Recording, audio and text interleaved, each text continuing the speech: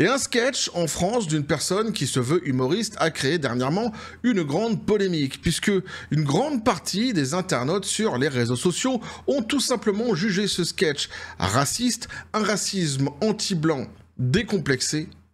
On voit ça ensemble.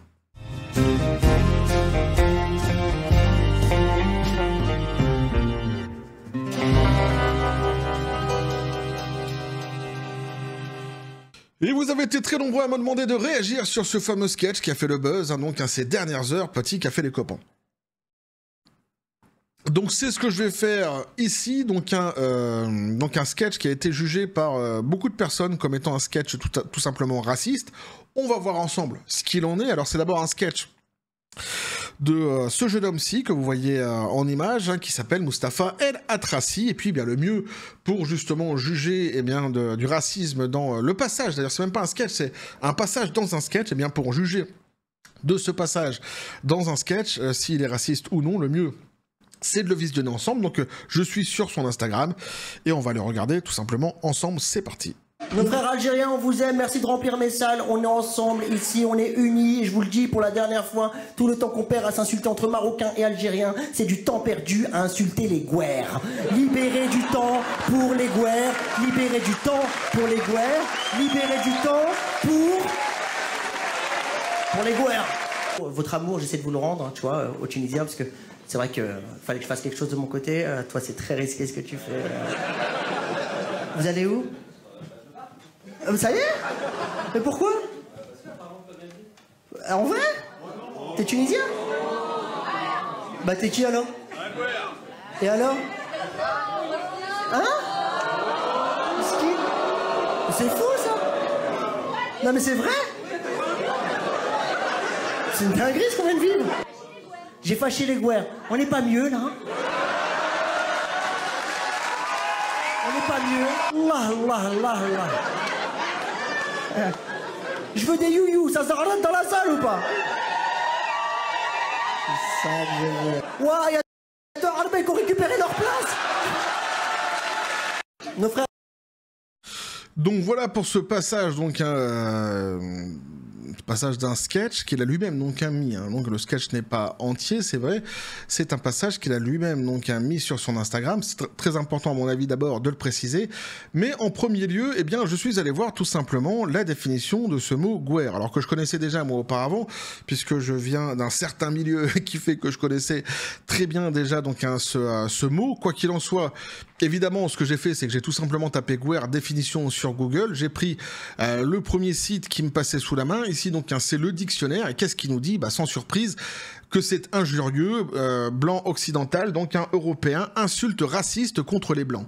Voilà, c'est aussi simple que ça. Donc, le mot Gouer, c'est une insulte raciste contre les blancs. Vous savez que j'aime pas cette appellation de dire contre les blancs, contre les asiatiques, etc. Mais on est obligé de préciser cela parce qu'il y a encore des gens qui sont dans le déni total et qui continuent à dire que le racisme anti-blanc et anti-asiatique n'existe pas.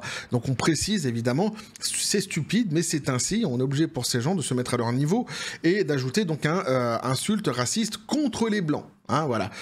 Mais quoi qu'il en soit, donc la définition est donnée, il n'y a aucun souci là-dessus et il n'y a aucune surprise. Ça, c'est la première chose. Deuxième chose, eh bien, certains pourraient dire, ouais, mais t'as pas l'intégralité du spectacle, t'as pas l'intégralité du sketch, t'en sais rien, tu sais pas ce qui se passe. En fait, c'est juste un passage du sketch, tu ne peux pas juger de ce sketch finalement. Alors déjà, je vais dire une chose, la première chose, c'est que ce passage-là, c'est pas quelqu'un qui a été le chercher, c'est pas moi qui a été chercher ce passage, c'est lui, le propriétaire de ce sketch, l'humoriste en question, qui a mis justement sur les réseaux sociaux donc son fameux passage, donc tiré de l'un de ses sketchs. Donc je ne fais que juger sur ce que lui me donne, sur ce qu'il me propose. Le souci ici, c'est que le morceau qu'il a choisi ne fait absolument pas rire, et que l'utilisation du mot Gouer ne souffre d'aucune contestation dans son racisme, il n'y a pas de nuance, il n'y a pas de subtilité, il est asséné directement comme ça, comme un discours qu'on ferait à une foule, sans que ce soit forcément un sketch. Voilà, c'est aussi simple que ça. Et alors, certains pourraient me dire, oui, mais toi, c'est ton interprétation par rapport à ce passage-ci, mais comme encore une fois, t'as pas vu le sketch en entier, puis peut-être que ce passage te fait pas rire, mais ça en fait rire d'autres, eh bien, Deuxièmement, ce que je pourrais dire, c'est qu'il y a bien une personne dans la salle qui, lui, a vu le sketch en entier, et qui se lève et qui se barre.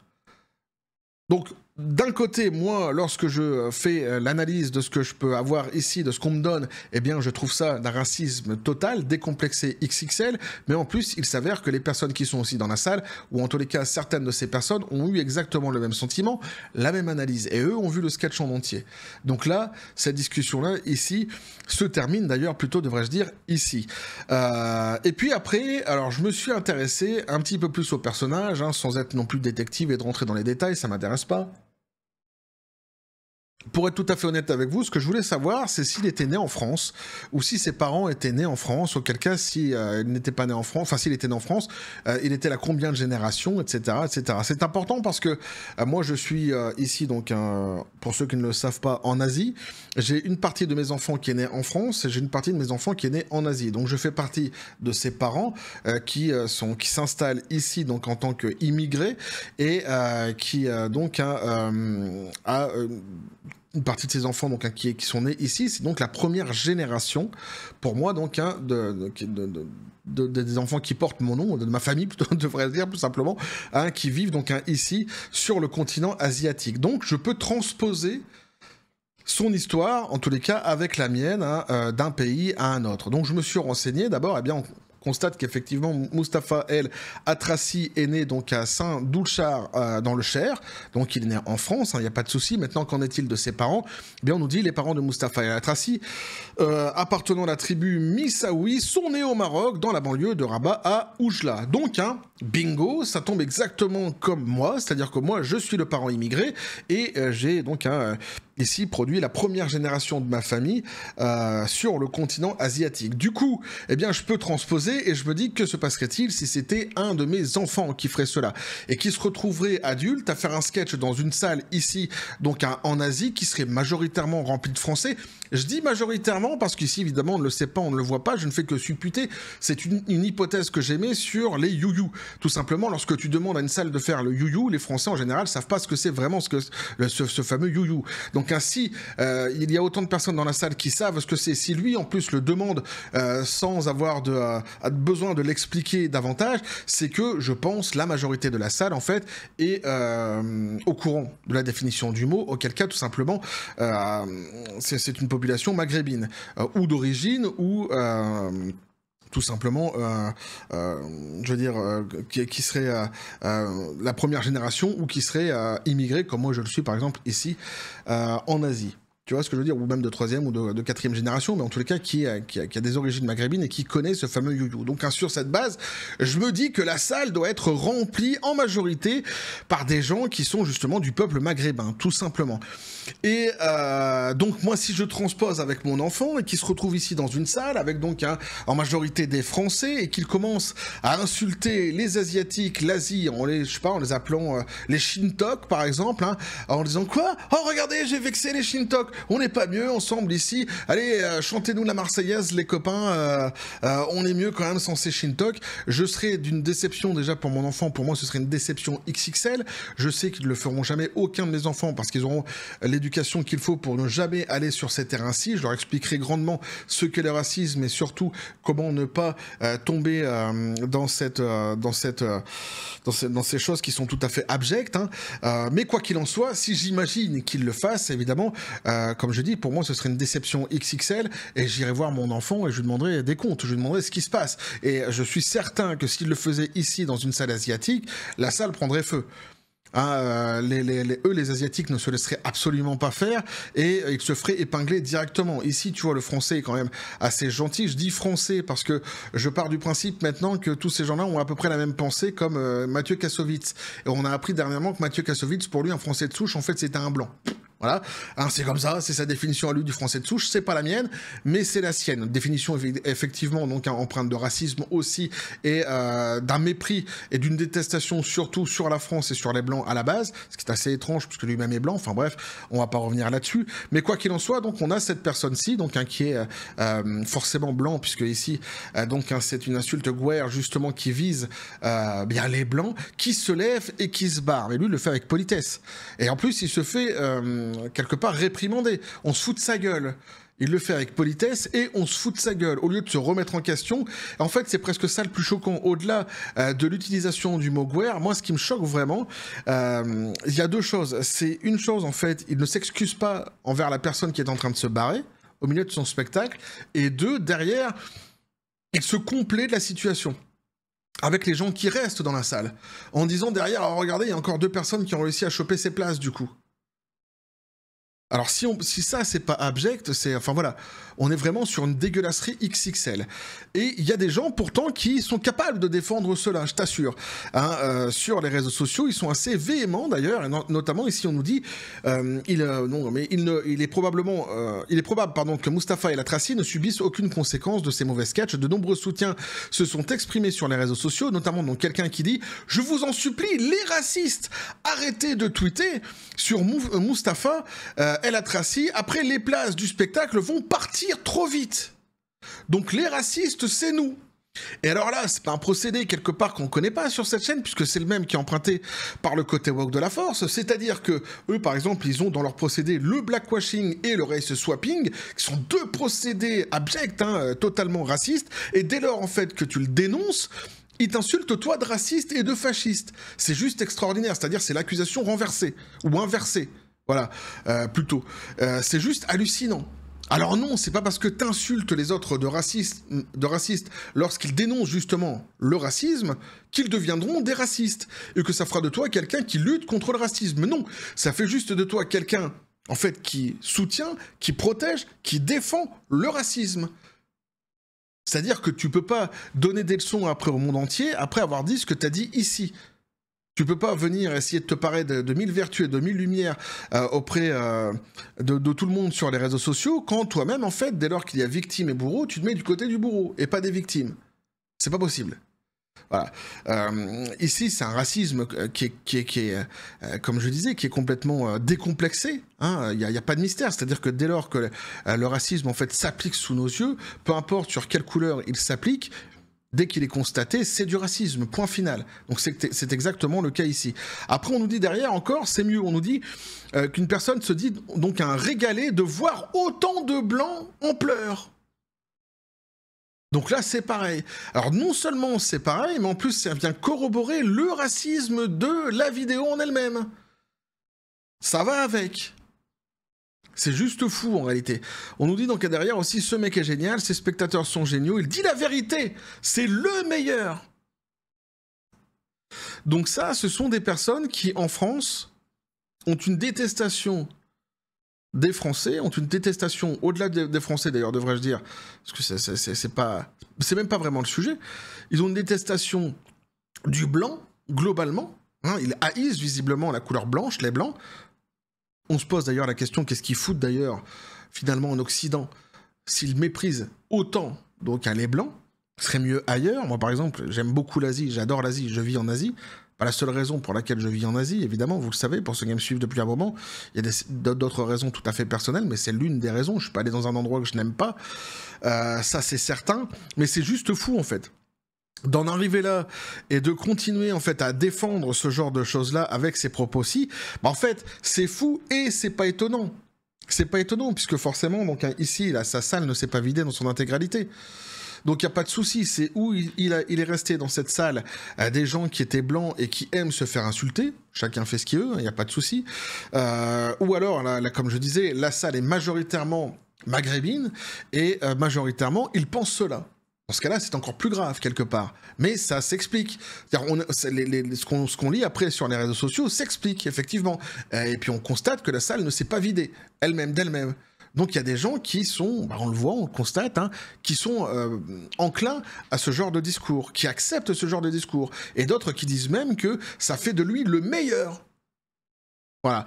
Donc si, c'est du racisme XXL, complètement décomplexé ici, il n'y a aucun problème. C'est abject. Voilà l'analyse, moi, que je pouvais vous faire là-dessus, les copains. Je sais que je ne suis pas le seul à le dire sur les réseaux sociaux. Il y a beaucoup de gens qui ont fait la description, justement, de ce qu'il a dit et qui ont dit exactement comme moi.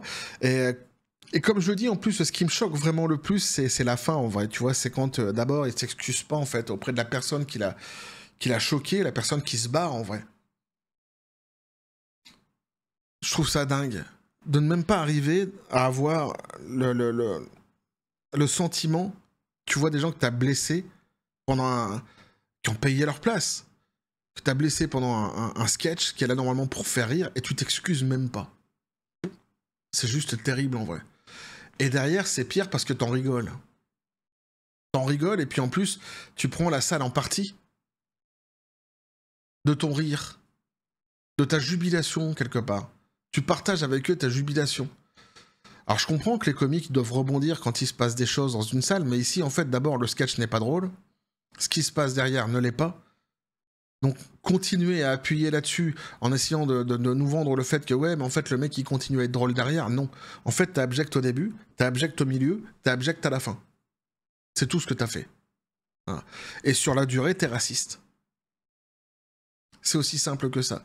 Et puis, comme je disais, le fait donc après qu'ils disent on n'est pas mieux ensemble, et puis que t'as des personnes qui prennent finalement les places de ces deux personnes qui se sont barrées, et qu'ils en soient fiers, enfin voilà, il y a absolument rien qui va, c'est juste dégueulasse, c'est juste abject, et oui, hein, pour moi, il n'y a aucun souci là-dessus. Le racisme est très facilement identifiable dans ce passage, dans cette vidéo qui nous a été fournie par la personne elle-même, je le rappelle. Hein. Voilà. On réagit à un passage que cette personne a choisi de nous proposer. Donc voilà ce que je pouvais vous dire donc là-dessus les copains, n'hésitez pas à me dire ce que vous en pensez dans les commentaires, à vous abonner si le contenu vous a plu, activez la petite cloche pour les prochaines notifications, les prochaines vidéos qui vont arriver, à balancer un like à partir de la vidéo.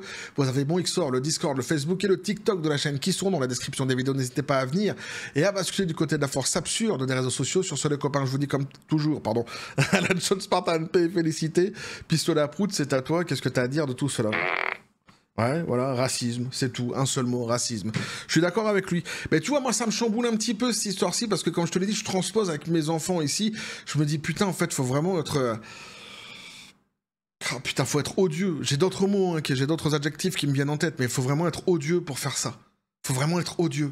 En fait, t'as un peuple, le peuple français, qui t'ouvre les portes, t'as un pays comme ça qui te permet de pouvoir exister, en plus, ici, sur la scène... en tant qu'humoriste, etc. Donc finalement, tu vois, il est quand même pas si mal ce pays-là. Hein, il t'offre quand même des possibilités. Et la seule chose que tu retrouves en fait à faire pour remercier ce pays et ce peuple, c'est de se foutre de leur gueule et de les insulter. Putain, mais moi, ça je te dis, ça me fout en l'air parce que quand je transpose et que j'imagine que mes enfants, si un de mes enfants fasse quelque chose comme ça, je serais vraiment, mais je te dis, je serais à terre. Pour moi, ce serait vraiment une déception, ça me fusillerait. Ce qui est sûr, c'est que, ce qui est certain, c'est qu'ils ne le feront jamais. Ce qu'ils recevront, comme j'ai dit, de l'éducation qui fait que de toute façon, ils n'iront jamais dans ce genre de procédé, ça c'est certain. Mais tu vois, c'est quand même... Et les gens qui défendent ça, moi je le dis, je ne comprends pas. Il faudrait vraiment à un moment donné arrêter de se mettre des œillères et comprendre vraiment que oui, il y a des choses qui se passent actuellement qui sont quand même assez graves visiblement en France, qui méritent en tout cas l'attention de la population, si ce n'est de la loi, lorsqu'on est raciste ainsi, à ce niveau-là. Bref, en tous les cas, on va continuer à suivre tout cela, tout ce qui se passe comme folie, en France notamment, toujours sur cette même chaîne dans la joie et la bonne humeur, et que la force soit avec vous.